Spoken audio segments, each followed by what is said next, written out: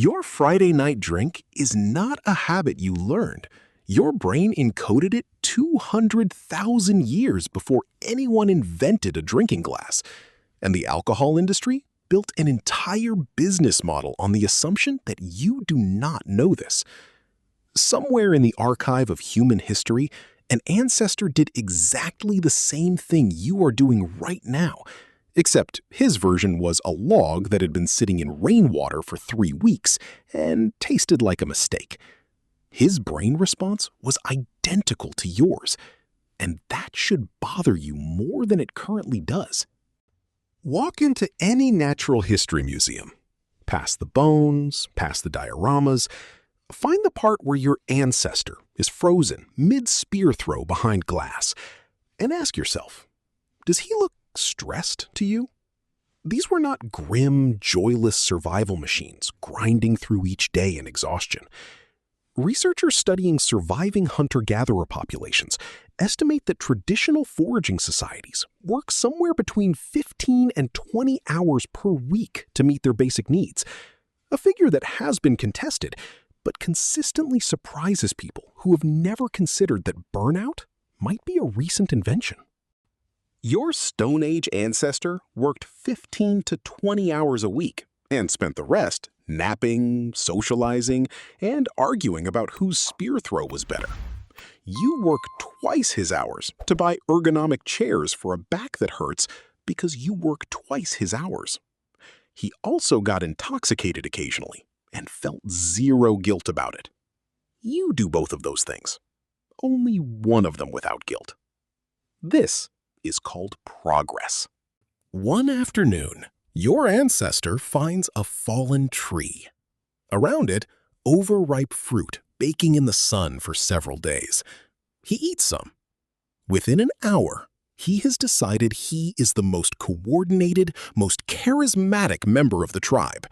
He is also considerably more interesting than usual and has several opinions about the migration patterns of the local deer that he feels very strongly about. He is wrong about all of it. He is not wrong about the tree. That tree just delivered one of the most important signals his brain can receive.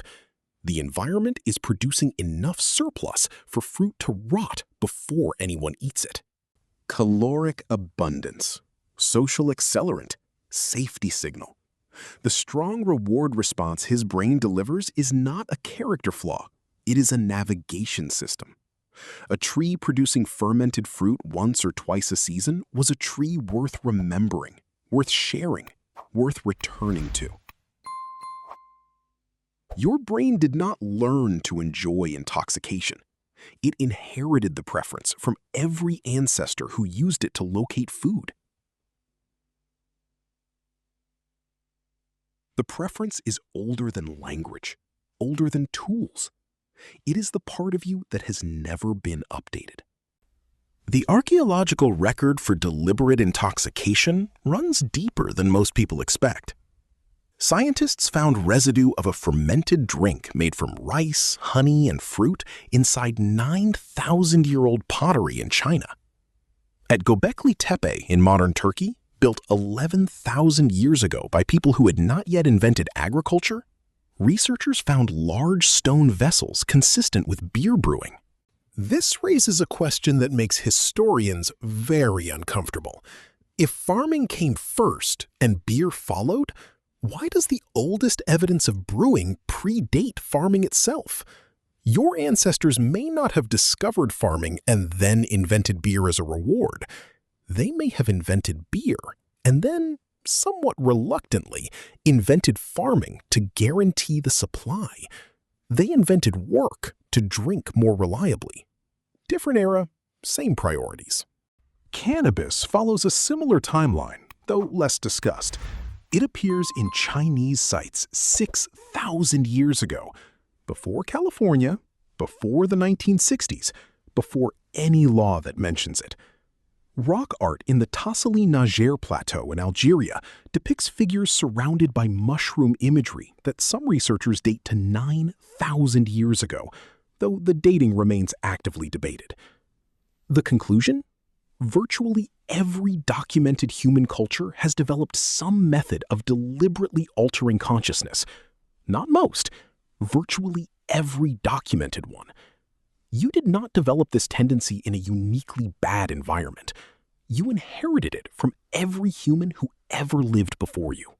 Then, around 10,000 years ago, something changed. Your ancestors stopped following the food and started growing it instead. They built granaries, stored surplus grain, and discovered almost immediately that wet grain ferments. Within a few generations, alcohol went from a rare seasonal windfall that appeared twice a year to a reliable product available every morning before anyone had left the tent. The brain that had spent 200,000 years rewarding the discovery of fermented fruit with a strong reward response now found itself surrounded by an unlimited daily supply of the same signal.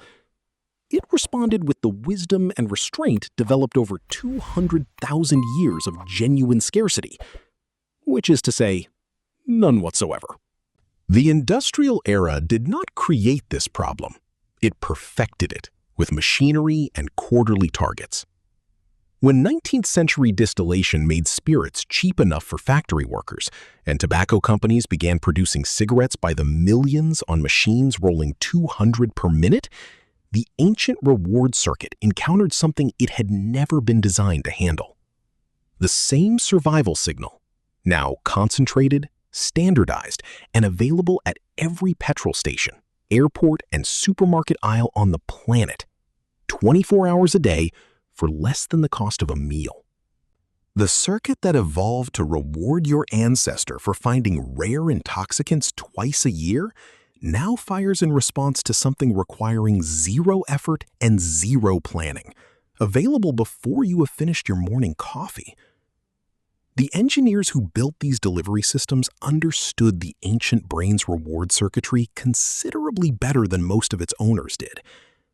The design was never asked to handle unlimited availability, because unlimited availability had never existed before. Here is where the science becomes genuinely contested, and where both the public health establishment and the beverage industry pay very close attention to which side wins. Some researchers describe what happens to the brain under regular intoxication like this. Imagine a volume knob. At first, the substance turns the volume up. After a while, it no longer makes the music louder. It merely returns the silence to where it used to be. The drink stops lifting you. It starts restoring you to what now feels like normal. Mainstream addiction medicine acknowledges this mechanism while firmly rejecting the idea that casual use inevitably produces it. The debate is genuinely unresolved. What both sides agree on? The modern supply was not assembled by evolution. It was assembled by industries whose entire business model depends on your ancient brain never realizing the jackpot is no longer rare. Modern medicine's ability to reduce pain and suffering is a genuine, significant achievement. The shared rituals and collective experiences built around altered states have held your societies together across every era of recorded history.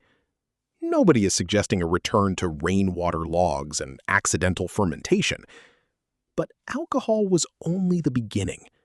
We applied the exact same logic to nicotine, then sugar, then gambling, then a phone engineered to deliver the identical reward signal every time you pull down the feed. Your ancestor had one tree. You have all of them, simultaneously, before breakfast. That is a different video, but the same brain. Subscribe now so you do not miss it. Your craving on a Friday evening is not weakness. It is not a character flaw or a failure of discipline. It is 200,000 years of evolution doing exactly what it was trained to do in a world that broke every rule it was trained for. Your brain is still living in the forest. Your supermarket is not. And drop a comment. What would your prehistoric ancestor think is the strangest thing modern humans are addicted to that has nothing to do with food or alcohol?